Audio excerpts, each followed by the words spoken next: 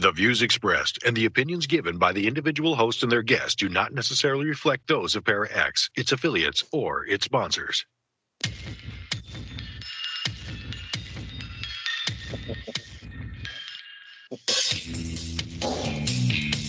Supernatural, metaphysical, paranormal.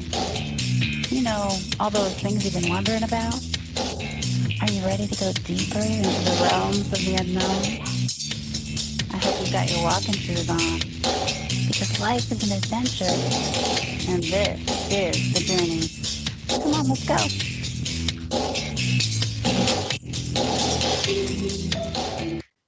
I hear this Hello song and all through welcome to every the show. show. Hello and welcome to the show, everyone. This is the Journey Radio Show, and hey, we're the She Squatchers. I'm Jen Cruz, your host, and there's Jenna just cutting right in. Jenna.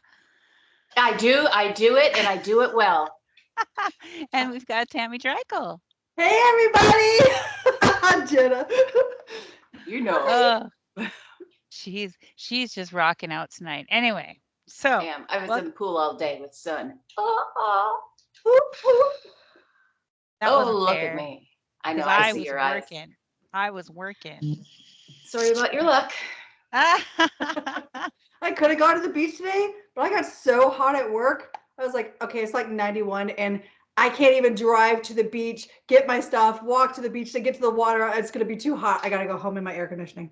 Oh no. Too I hot know, for and the I beach. love the beach. I like that beach that you took us to when we came out there, where I was swimming with Raven. Oh, Norfolk? Yeah. Yeah. Yes, where it was I, deep I and I was actually swimming. don't hang out at that beach. I just took you guys out there because it was deeper. I loved it. Swimming I'm in a the deep Bayside ocean. girl. In Virginia Beach, we call it the Shore Drive Shuffle. Gotcha. I'm so Gotcha. jealous of such a cool word. Well, come on, Jenna, you can do it with me. Actually, I was thinking of visiting you again soon. Ugh, girls, girls, girls. Oh Well, yeah, we're on the radio. yes, we shouldn't have All our right. conversations on the radio. So let's plan a vacation. No, okay. Let's go see Philip. So Philip, we got Philip back from last week. He's come to share more stories. Hi Philip, welcome to the show. Oh, thanks for having me back. Yeah. Yeah. Well, you said you had a lot more stories to tell, more encounters. We love hearing about people getting rocks thrown and logs and whoops and getting scared out of the forest. We want to hear all about that stuff. Yes, please.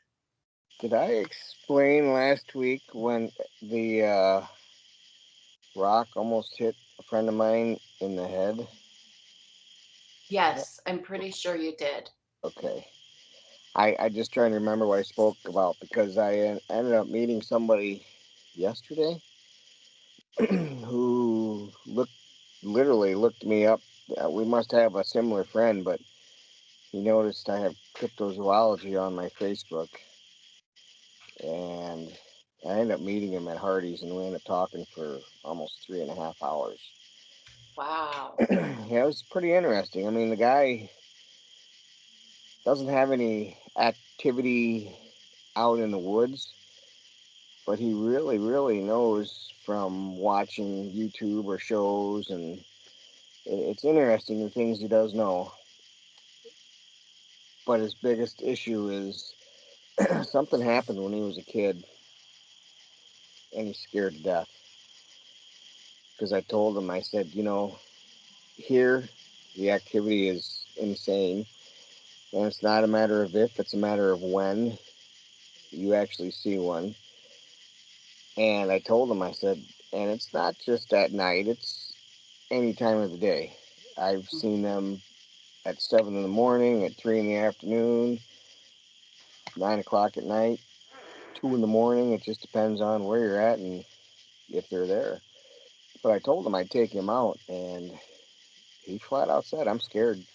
And I told him, I said, well, don't ever be afraid to tell me your fears or anything. I said, because if you work yourself up to want to come with me, I really want to know everything, because once we're out there, sometimes you're in a position where you can't just make quick changes. You can't just run to your car. I mean, you're pretty much in a position where you have to stay.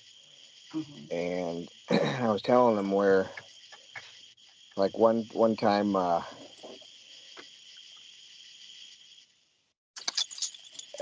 there's a spot where I go. It's the back way into the preserve, and it's the spot where I got my own horse. I was telling them about how I was actually walking through there with the BFRO representative for Iowa, and I don't know how she ever became the BFR representative, but anyway, I like to look, and there's two crossings that you got to cross the fence, and in between the first and the second one, I told her, I said, "Did you see that?" And she said, "See what?" And I was telling him the story, and she said, "See what?" I said, "Something crossed from right to left, and it ran right behind that second crossing over the fence." And she said, "No, I didn't see that." And I said, "Well, we'll know once we get over." And when we crossed, maybe got about, if even 10 yards, I stopped, and I was just standing in that direction, looking at the direction that thing ran. And Tammy was standing there, and she had no clue what I was doing, but I told her, I said, "I just kind of want to stand here and look for a minute." And it's weird. I don't really believe they know we can't see like they can see at night. They have no idea. And I think that affects them to be, sorry, I'm just squatting at mosquitoes, to be um, react the way they do, because this thing must have thought I saw it, and it stood up and it ran towards the direction we were actually going to walk. And the weeds it stood up over, the weeds were roughly 5.5, 6 feet tall, and it was just a head length over the top of the weeds, but it took off. But what's crazy is it jumped the creek, didn't even hit the water, and that creek from one side to the other side is every bit of 12 feet across, and it's just crazy. Well, that I was telling him that, I said, even though people are supposed to investigate and be a part of this, I said, it's funny. I said, she was so scared, she didn't want to be a part of it at all.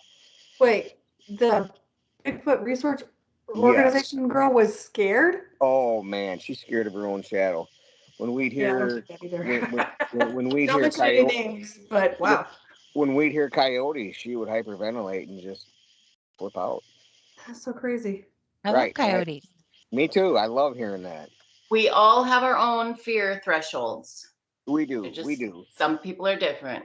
But and I guess in the back of my mind, I feel like if you're in that position to where you have to investigate and go check things out, I don't feel that amount of fear should be acceptable in that position. I mean, some fear is Definitely.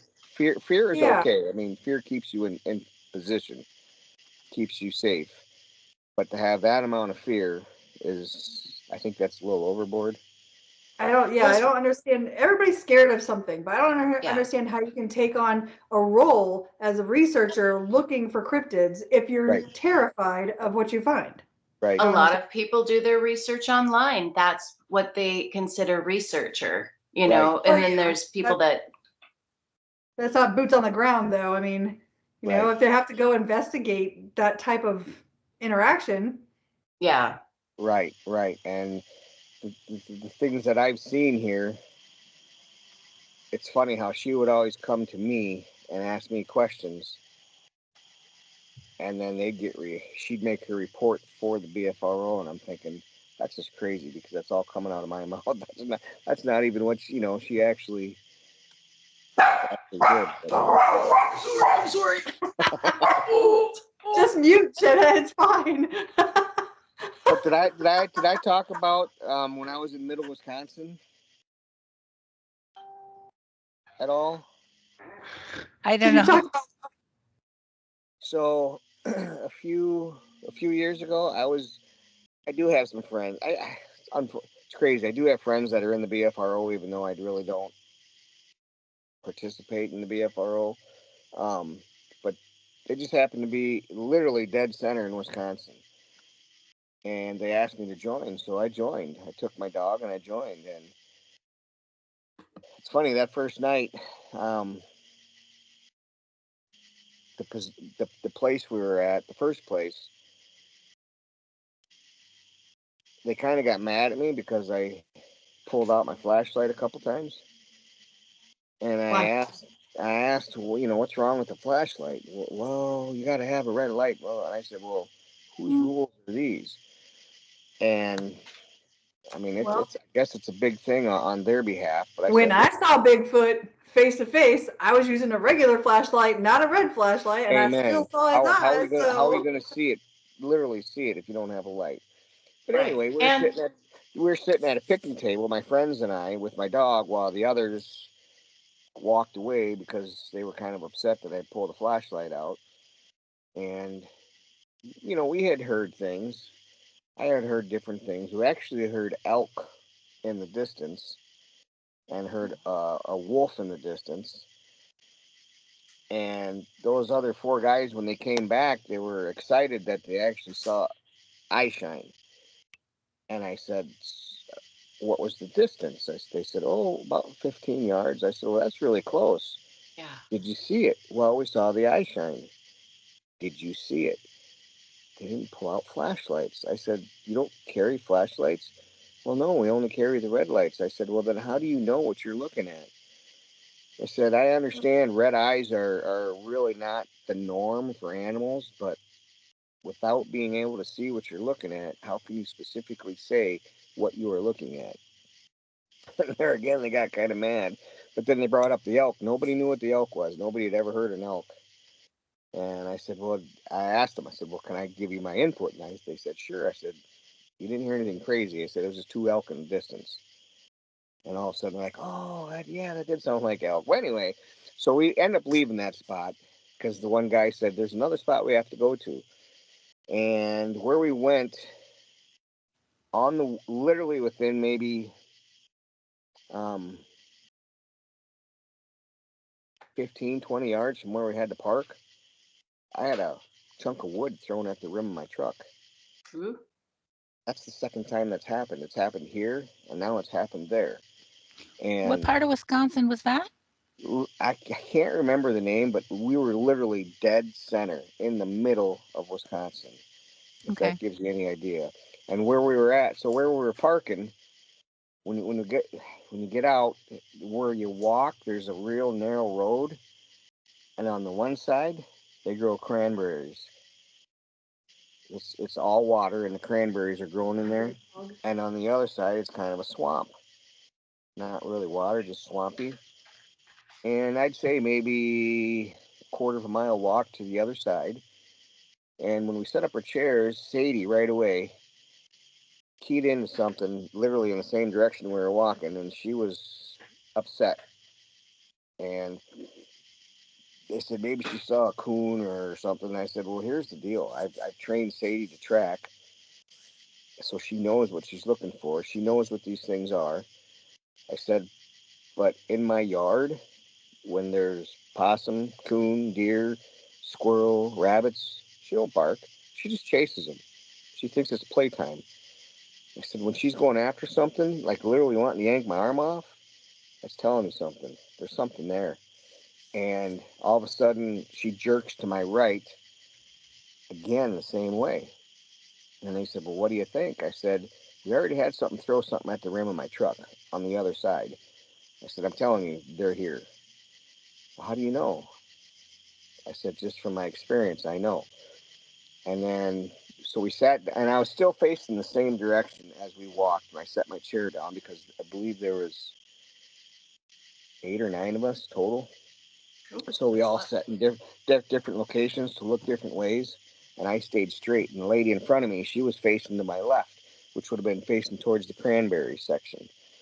And all of a sudden, she starts talking about there was a big tree then two smaller trees, and she said, something's laying there. I said, what?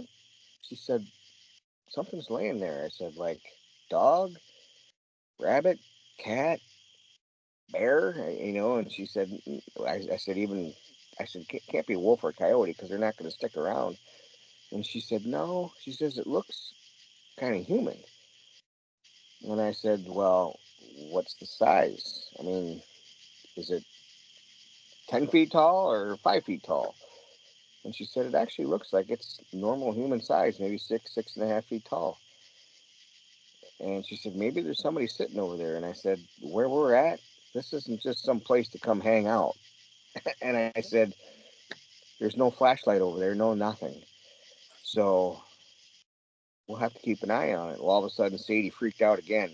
And she tried pulling me into the water because there was a little space of water there to get to that other little island section. And I had to hold Sadie back. Well, then, as I'm sitting back down, she says, it sat up. And I said, what? She said, it just sat up. And I said, I might upset all of you, but I said, I'm going to pull a flashlight out because a red light isn't going to see this thing at all. You'll get the eye shine if it has it, but you will not see it. And I have super, super bright flashlights. So I pulled it out. And as I pulled it out, I turned it on and I'm facing in the right direction. All of a sudden, Sadie kind of bumped me and I was fumbling with it, facing in the right direction, but I'm looking down as I'm trying to get this thing a hold of it again so I don't drop my light. And in that time I'm doing that, it's a weird split second, feels like minutes. But her and three others literally screamed and said this thing stood up and walked away. And I said, really? And I said, so what would you explain? They said, well, it walked away on two legs. I said, so what did you see? Because my light showed you what you saw. And right away, she said, well, it was dark in color, like full hair. She said it had the cone in the head. And she said, I couldn't tell what the face because it was so dark colored and maybe dark skinned. But she said the eyes were yellow. And I said, yellow eyes. I said, I've seen yellow eyes. And I said, when I mean yellow as yellow can be.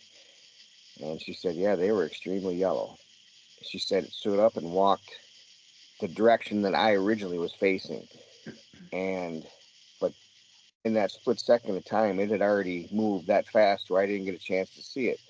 So they were all freaked out. And due to my experiences, I asked these people, I said, well, so what do you think? And it was funny how they all talked about spirits and ghosts and maybe we saw an evil spirit. And I said, really? So if it were an evil spirit, do you think it would have just stood up and showed you itself and just walk away? Or would it actually want to do something because you're in its territory? Can I And ask a question? yes, What shade of yellow? like bright yellow, bright yellow. Like bright like dandelion, bright like sun, bright like school bus. School bus yellow. That's the color I saw. Yes, That's the one school that I bus. saw when we were in Pennsylvania. School bus yellow. Yep. Yep, school bus yellow. Yep. But so back to the story. It's weird how they had in my mind had a class A sighting, but yet right away they're trying to dismiss what they saw and call it something else. And I said, so what are we doing? Well, they were scared, so let's pack up. We're heading back. I'm like, oh, this is getting exciting right now. This is not the time to go. But out of respect for them, I said, okay. So we started walking back. And on the way back, when you get almost to where you're back on the land with this road, there's a little section of water that may be 10 feet wide and 30, 40 feet long, where kind of like the backwater flows in the ditch. And all of a sudden, a big rock comes flying out of the woods. And this rock was, it was probably 3 times the size of a bowling ball. was huge. Oh, wow, that's And big. and it just came flying right out of the center of the woods and landed in the water. And they were like, "Oh, what was that?" I said, "Well, that's telling you that they want us out of here." I said, So was anybody doing like knocks or howling or nothing, nothing? nothing. And they were being Nope. like that. And they were, but I think they just happened to be in the area that night at that time because I definitely feel it was more than one. And so from that point where the rock was thrown at us to where our vehicles were parked, it was woods on both sides, and I could hear movement on both sides. And the people, I kept telling them, you need to keep your voices down. I know you want to talk and socialize and talk about what just happened, but we're still kind of in the thick of things, and I'd like to hear what's going on. And they said, "Well, what do you think?" I said, "Well, I think I got one on my left and I got one on my right. And I know we got one on my right because that's where the rock just came out of, and I had a piece of log thrown at my rim, which is on the same side." And I said, "So we're kind of surrounded right now. So let's just get to our vehicles calmly and safely, and we'll go." Well, we got to our vehicles, got back to the campground, and people were talking, and I said, "Well, these my two friends here are telling you that I'm the one you want to talk to discuss this with because of my experiences. So I said, let's in the morning, let's get up and make breakfast, and we'll all sit around and talk about stuff." I said, in the meantime, we're not going to get up early because I think it was 1 a.m.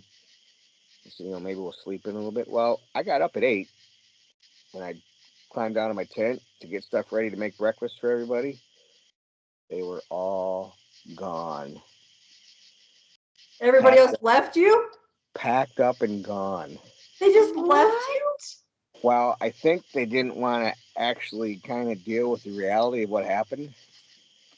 And 2, 3 days later, my friend that invited me was actually talking to me because his wife was the one that actually first saw it. And I'd say for a month straight, we were messaging each other. And they finally came to the conclusion that that's what she saw. And I said, I said, I understand you guys have your weird ways, but I said, you need to start carrying lights with you. I said, I said, it's funny how you see on all these shows, y'all want to use red lights, but it doesn't matter what you use. And it's safer to be able to see than not to Especially see. when walking. Oh my gosh, yeah. When you're out in Absolutely. those woods, you're walking over, I mean, Absolutely. Because oof, they know when we're here, we're yeah. there. They know before we even know. I mean, I And, understand and using they're a already red watching us. light if you're filming with IR. Right. I can understand the red light. Right. But if you're not filming with IR, then I would use your regular flashlight. I mean, that's I just use so like when I go out on my walks, I use a regular lamp. It has red on it, but I don't ever use the red. Um, Actually, I have two. I have a long band, and then I have the one that sits on top of it to really light things up. So I like to Nice. see. And the thing I like about that is it's not super bright, but it really lights it up in front of you in a broad perspective, and that allows you to pick up eye shine. And eye shine is what you want to see. Mm-hmm. If you're out in the middle of in the woods and it's black as black could be, I said eye shine. That's what you look for because you're not just going to see them standing there. Yeah. So I don't understand why a lot of these people think that well, when we go, can't have nothing but red lights, and that to me that's a red in my eyes. That's a red flag. That's not somebody that I'd care to. I mean, to each their own, but if I Right, want to see where I'm walking, I'm using a regular flashlight. right, but Yeah. like I do agree, to each their own. But if you do happen to see eyes, you want to see what you're looking at. Mm-hmm. There was a time when we were in the preserve and I was with 5 guys and they all had the red lights and they didn't want me to use brights. I'm like, well, I'm not using brights. I'll go with what you guys want. And we were walking up on this hill on the left side of the trail, and down below there was a big brushy area.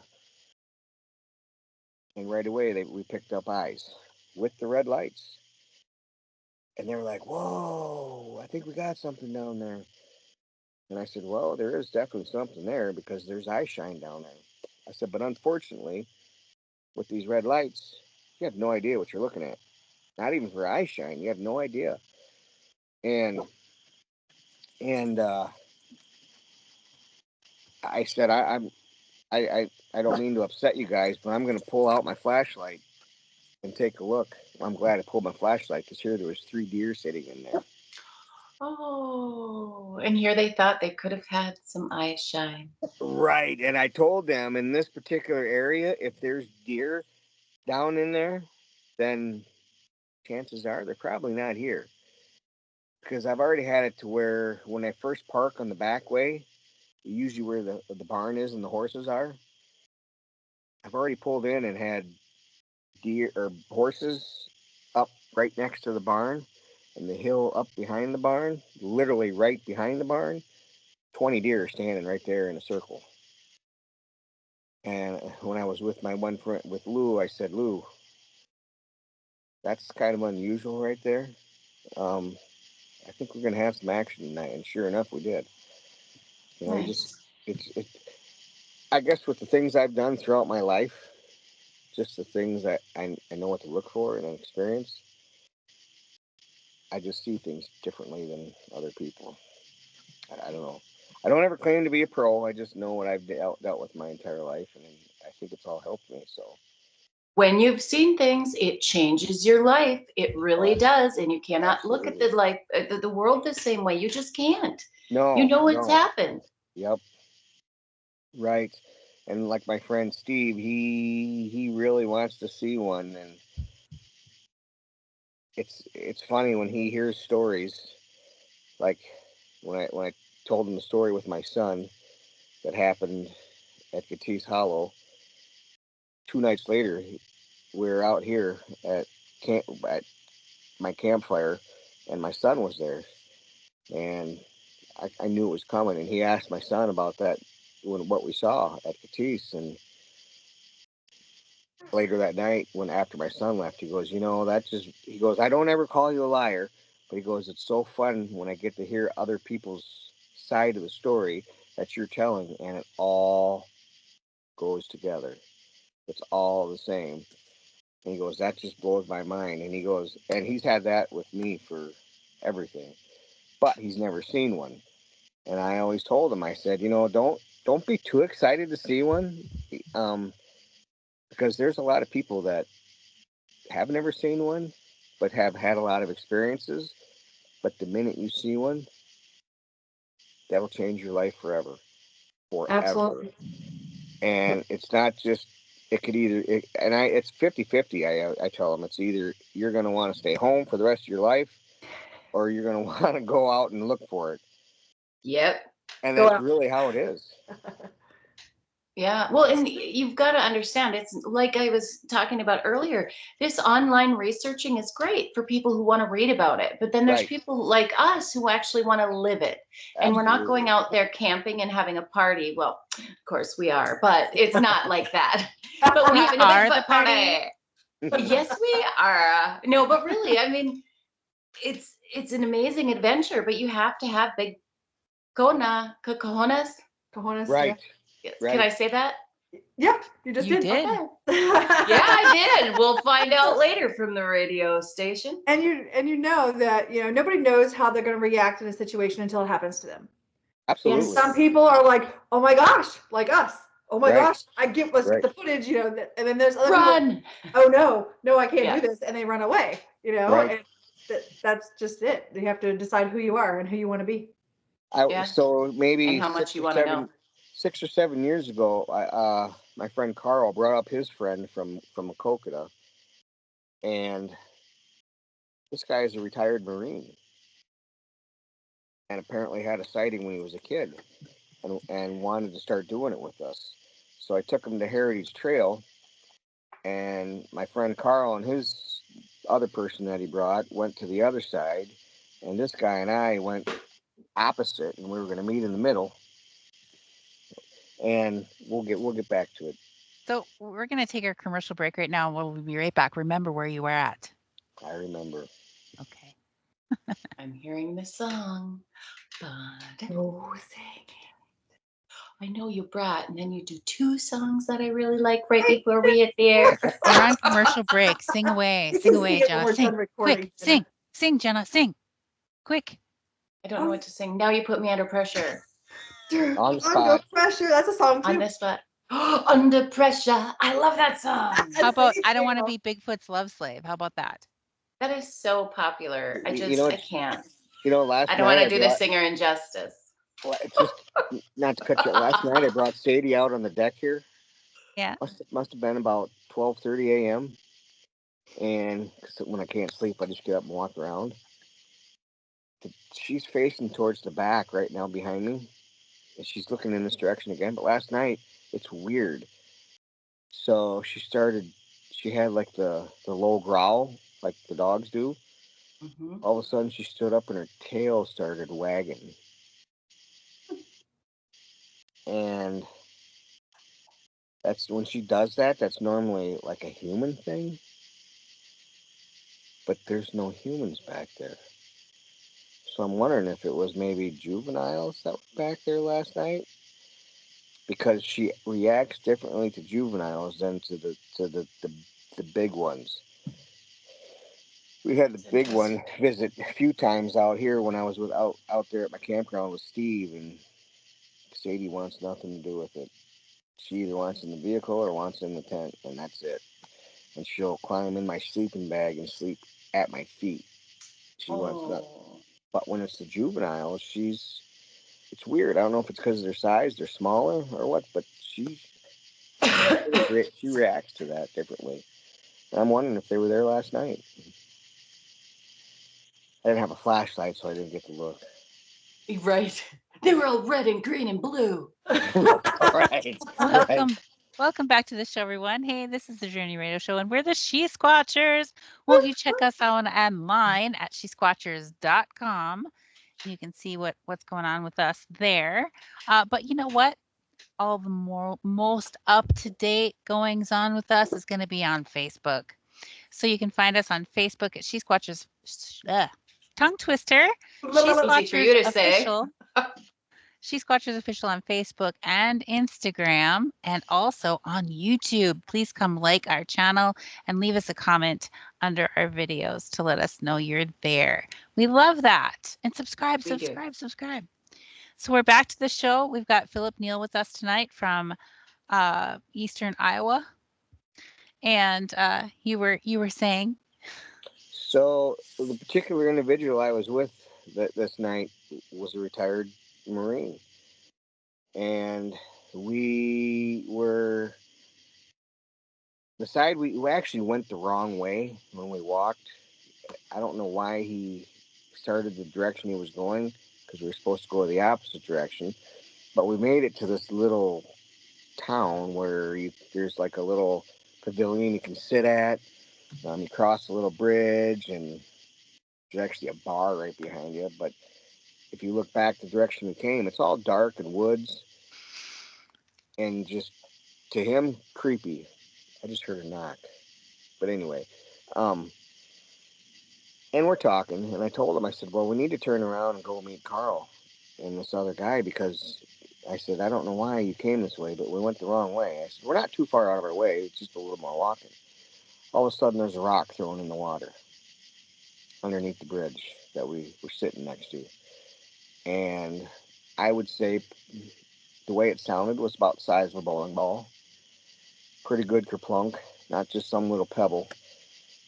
And he wouldn't move. He said, I'm not going anywhere. I'm done. And I said, what? I said, you got your bear spray, you got your wasp, he has bear spray, wasp spray, his gun, his knives. I said, you have everything you need. I said, and Carl told you, when you're with me, you're about as safe as you can possibly be. I'm not moving. And Carl's phone wouldn't ring. Finally, all of a sudden, because the DNR drives down this trail at certain times at night, and finally the DNR happened to drive by and goes, hey guys, how's it going? I said, well, did you see a couple guys, few, 6-7 miles back the other direction? He goes, yeah, absolutely, I did. And I said, you want to do me a favor? He goes, what's that? I said, my phone can't reach him, and we need to get picked up because my friend here is really scared and can't walk back that other direction. I didn't want to tell him why, but yeah, that was interesting to. It's weird to hear the stories of his events that took place while in the service. I mean, hardcore, nothing mild at all. But when it comes to dealing with the unknown and something 4 times bigger than you, it's weird, but he's scared to death. And that's the point I try to make to a lot of people when we go out there, that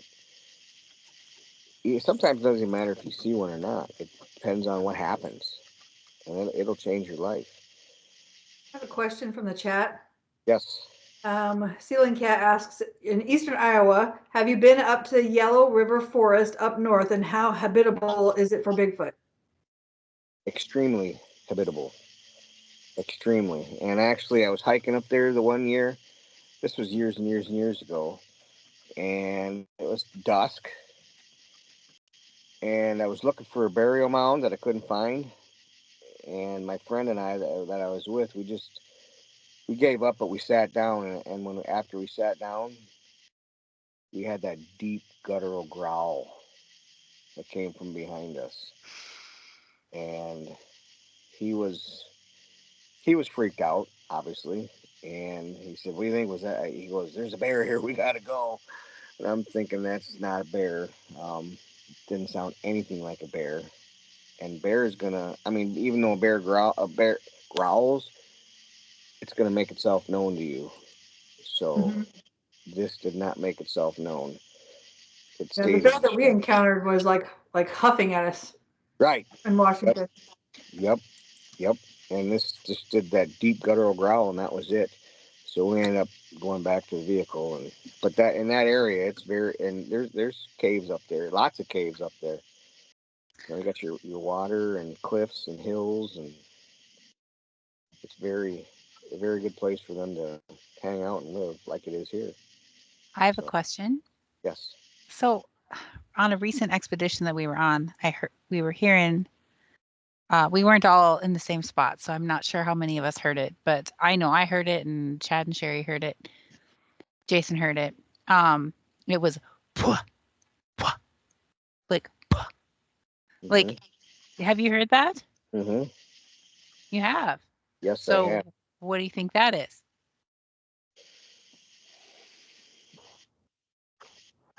I don't know if it's not. It's not a disgust thing. I think it's kind of like a deer. You know, when you come across a deer and they snort, I think that's kind of their version of a snort. Um, because the one particular night that I'm thinking about when I actually heard that, um, we had them all around us, and we had that loud knock and the tree snap, and I had that whoa, whoa, literally up on about maybe 100 feet up on the cliff behind us, and it sounded like it was directly above us, even though I couldn't see anything, but it was identical to what you were talking about. And it was weird because right after that happened, within 2 or 3 minutes, we had the 2 seriously loud knocks, and then the tree gets snapped over. So yeah, I've heard that, and I think it's kind of the same reason why a deer would do it. You know what I mean? Like, not happy we're there. Well, it was like coming up, like you could kind of tell that it would approach, and then it would go "Pwah, pwah." Right. Right. And you're just like, okay, is that like Right. Like, go away. yeah. I've I never heard anything like that before in the forest. I think sometimes when we come up on watchers and they're alone and we get too close for comfort, that type of reaction can happen, because I've heard that before as well. Um, I don't know if it's the fact that they're scared or they're nervous, or what the deal is. I mean, but in my mind, I feel like it's the same reaction that a deer gives when you walk up on a deer. They do the same thing. but they I sound kind of get the totally feeling different. that they know that we're there looking for them. I think they know that, and I I think they're think just so. like, hey, hey, here I am. See me? Here I am. That's what I Right, think. I think they're just right. playing. I do feel they communicate with us, and it's a matter of whether we pick it up or not. So down in the preserve, when I was down there with my son the one night, it was cold. It was probably right around 0, and we got down maybe halfway to where we wanted to go, and my son said, "Dad, my nose is really, really cold. My face is really cold."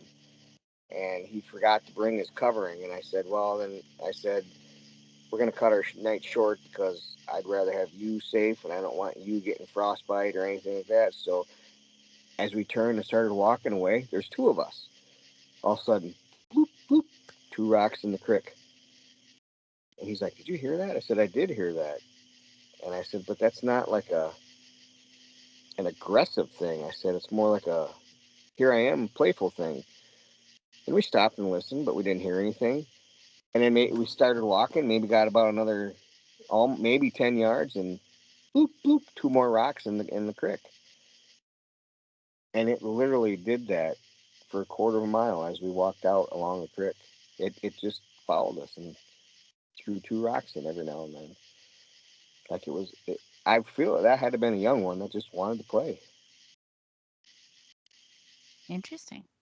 Hmm. So, how far is your private camp area from your house? Like, is there a road that goes there, or? There's a little, yeah, there's a little way to drive back in there. It's not far at all. Okay. I mean, in the wintertime, I could probably see my camp area.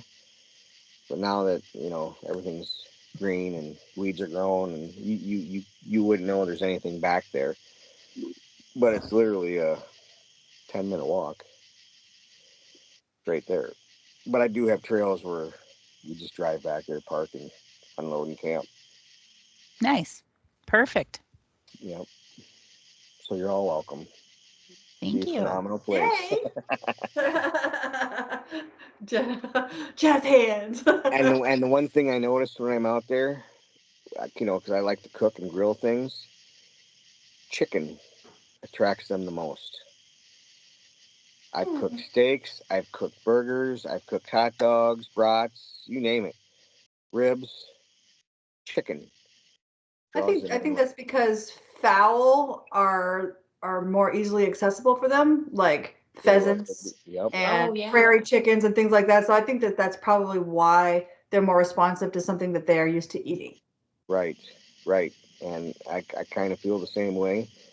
And so when I am out there, and I always buy extra chicken, and I cook extra chicken, and then when we're done at the end of the night, I toss legs out to see if I can hear things at night. See if they throw some bones at you. I've never had anything thrown back, but I've had the one time in the pine, the cedar tree that's right there. I had a little rock stuck in between 2 branches, like a gift, Oh. and that was a back and forth. Sometimes I'd take it out and set it on the ground, and I'd go back and it'd be up in there.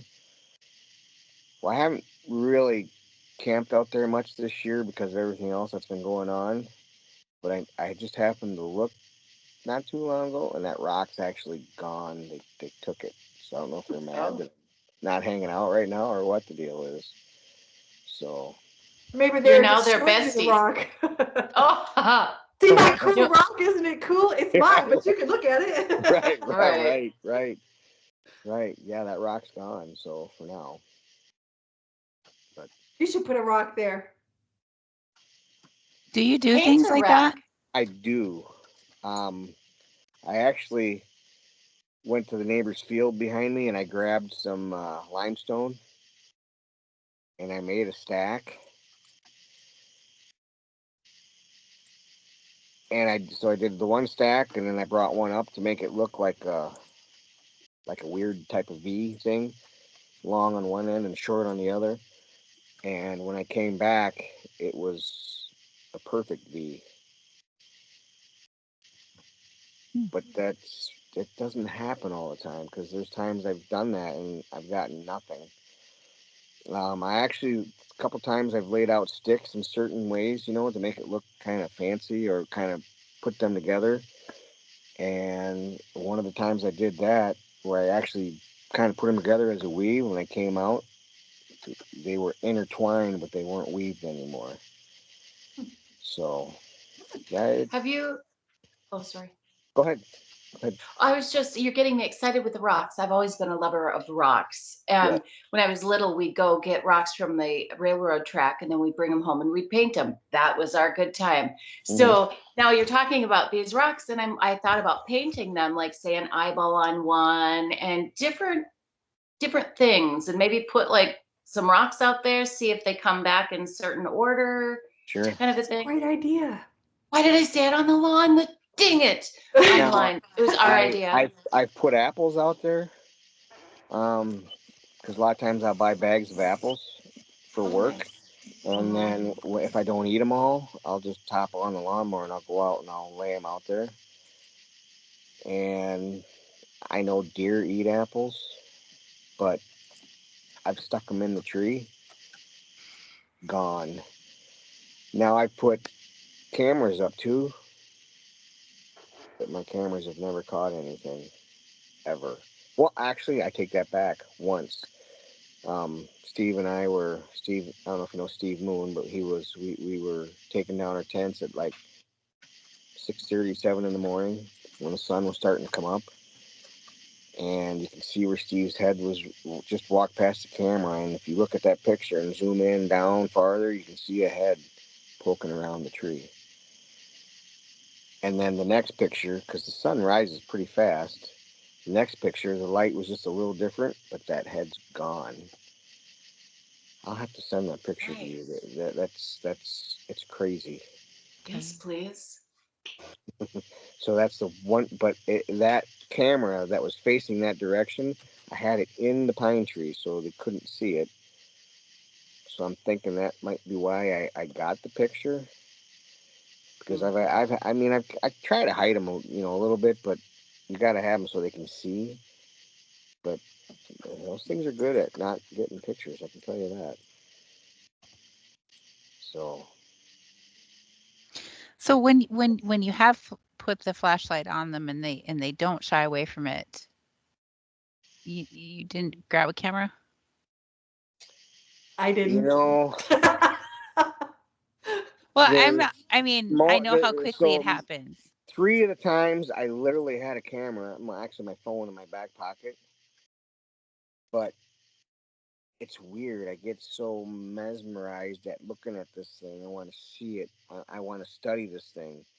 So my camera, pulling my phone out of the back of my pocket, is like the farthest thing from my mind. And I just and that's what's happened every time I've been close enough to these things.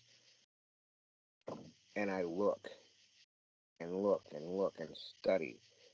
And it's weird. It's just so, like, you see the pictures on the internet all the time, and they have them like gorilla looking, but they don't look like gorillas at all. I mean, their nose can be flat and spread out, but they don't look like they look more human than they do gorillas. And like the really tall brown one that kind of blended in with the trees. When I saw that one at 7 in the morning in perfect daylight, that's the one that looked more human than anything. I was just shocked. And I'm holding my phone in my hand.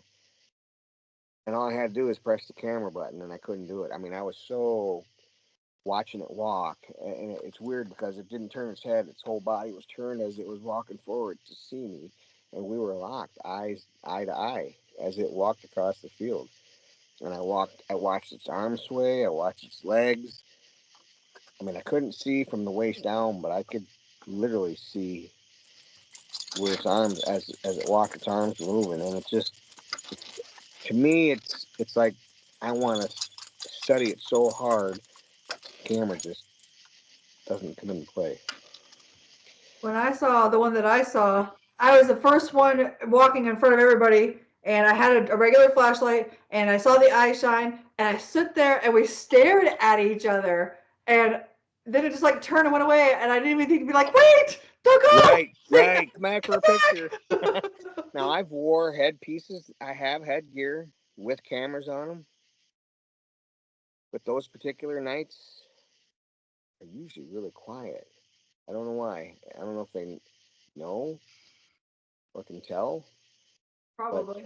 I've never, the nights I've had anything happen with a camera on my head, I've never seen anything. It's crazy. I mean, there was one night where I actually forgot to charge my battery when we were walking, and there's like this outhouse in the trail, and this outhouse is like one of the spots where they like to sit. I don't know why, but anyway, on our way there, my camera died. The one I had in my head because I forgot to charge the battery. Mm-hmm. Lo and behold, there's one on the backside of the portable, they're not portable, but the outdoor bathroom there for the trail, and it just shot up into the woods and it was gone. And I tell you what, if I would have had that camera charged, I probably would have caught that on film. Isn't that always the way? Right. Never fails. This is the way. Had to This is say the it. way. Right. Forget your equipment and you'll see something. Right? And take a real flashlight. A real flashlight, but no camera. Oh, you're right. Yeah, I've also have, well, I also have a regular DVR, digital video recorder, Canon, and that's picked up sounds with the mic I have for it. But there again, I've never caught anything with that either. And that does have the IR lights so that it can see at night. And I know people say no, but I think they can see that. I really do. Now, you always see bear walk up to trail cams. So there's two things with trail cams. One, the smell, and two, LEDs put off a real fine high pitch that we can't hear. I can hear it. You can't. Some of them you It can't hear. hurts. I can hear it. It hurts. Yes. And so to think about that, it really has to bug them. So that's why a bear would, want to whack that down. Well, I think they're the same way. I think they can see and hear very well, and they know what those are, and so they avoid them. That's just my. But now with this cloaking thing, that's a whole new ball game. So, What do you think about that? with the two last things that I've had happen, I firmly believe that there's something there. There's something to that. Well, what did you see something, Cloak? Like, Well, so at my campground, the first time it happened, we all three of us packed up. Steve and his friend and we all got into the truck, and I was backing up. But I stopped, and I said, "Do you guys see that?" And they said, "See what?" I said, "You don't see that?" I said, and I was pointing on my little screen on my truck. I said, "Right there, you don't see that?" And they're like, "No." So I let off the brake a little bit. I started backing up. Boom. It stepped away and walked right behind the truck. Now, what's crazy is it looked as if I was watching the movie Predator. I was wondering if that's what it looked like to you. And it just blew, it gives me goosebumps. It just blew my mind. And it wasn't small. It was tall. And the way what you could see moved, it moved just like they move. And they saw it. And I said, "Oh, what do you guys think?" And they're like, "Holy cow, did we just see that?" And I said, "All three of us just saw that." And we still talk about that. Well, then maybe last fall, spring. I was with a friend down at another place. That this place is weird because the DNR won't go down there. I think I believe the DNR knows. And this particular place, I think they're scared of because the aggressiveness here is very high. So they don't go there ever at night. But I'll go sit there. If I don't sit, I'll walk in there because sometimes I like to sit and listen.